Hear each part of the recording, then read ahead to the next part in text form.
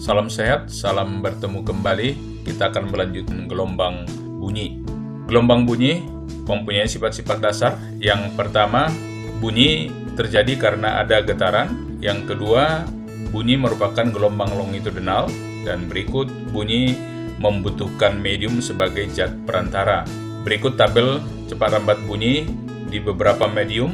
Cepat rambatnya dari udara sekitar 340 hingga besi yang Bapak berikan.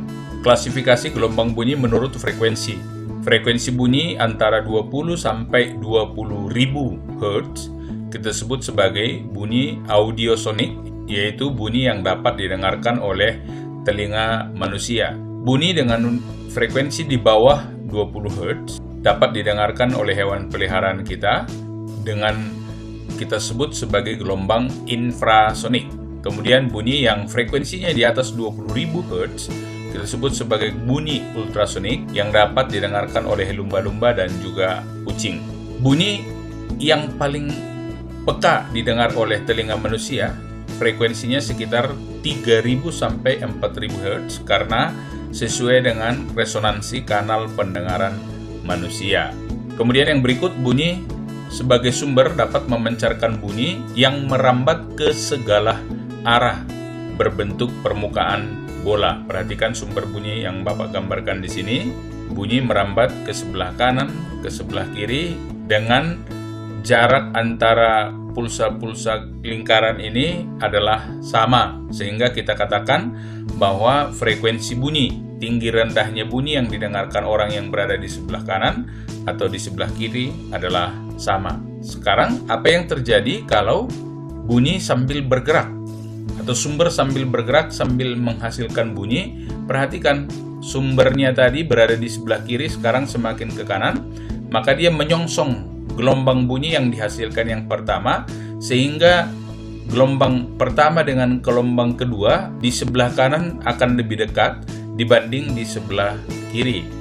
Dengan demikian, perhatikan di sini kita bisa tuliskan bahwa panjang gelombang yang di sebelah kanan kurang dari sebelah kiri. Terbalik untuk frekuensi di sebelah kanan akan lebih daripada frekuensi di sebelah kiri. Lihat di sini gambar sebuah truk yang sedang berhenti dan menghasilkan klakson.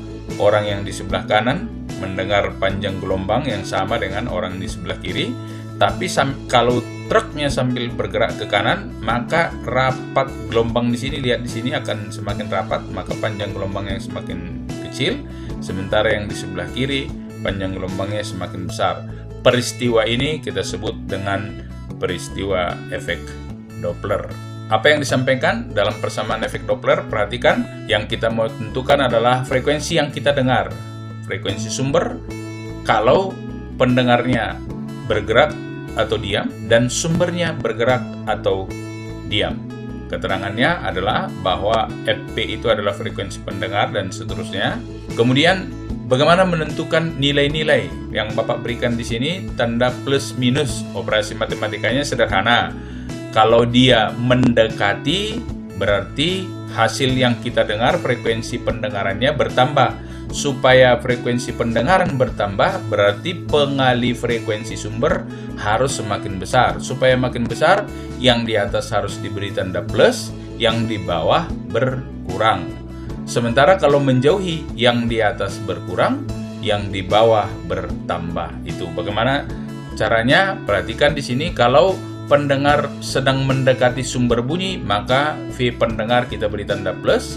Sedangkan kalau menjauhi sumber bunyi, V pendengar kita beri tanda minus. Apa yang terjadi dengan sumber bunyi? Jika sumber bunyi sedang mendekati pendengar, maka kecepatan sumber kita beri minus, pembaginya semakin kecil. Kalau sumber bunyi menjauhi pendengar, maka kecepatan sumber kita beri tanda plus supaya pembagi makin besar. Contoh, yang sebuah kereta api dengan kelajuan 72 km per jam menuju ke stasiun dan membunyikan peluit dengan frekuensi 720 Hz. Jika cepat rambat bunyi di udara 340 meter per sekon, berapa frekuensi peluit kereta tersebut terdengar oleh kepala stasiun yang berada di stasiun? Ya, sumber bunyinya adalah kereta api bergerak dengan kecepatan 72 km per jam, berarti 20 meter per sekon, tandanya negatif karena mendekati pembagi harus makin kecil. Pendengarnya adalah kepala stasiun yang sedang diam, berarti kecepatan pendengar 0, frekuensi sumber 720, sekarang kita cari frekuensi pendengaran. 340 tambah pendengarnya diam, dibagi 340 kurang 20 meter per sekon karena sumbernya mendekati, berarti ini tanda minus, sehingga hasilnya 765 Hz. Perhatikan di sini, frekuensi yang terdengar lebih daripada frekuensi sumber karena sumbernya mendekati. Yang kedua, apa yang terjadi dengan soal yang sama ini kalau kita cari berapa sumber jika pendengarannya 765 Hz. Dengan cara yang sama, maka akan kita peroleh kecepatan frekuensi sumbernya menjadi 720. Kita balik soal yang tadi ya, tinggal kita balik aja.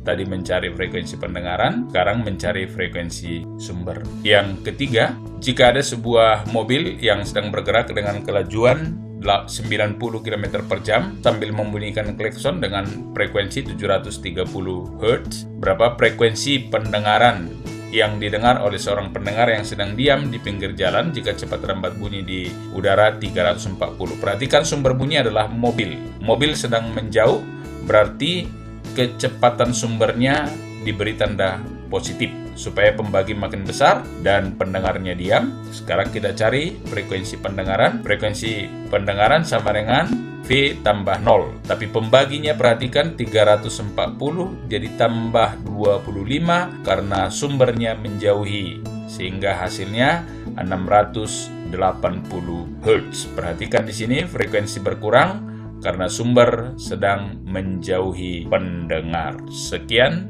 terima kasih, semoga berhasil.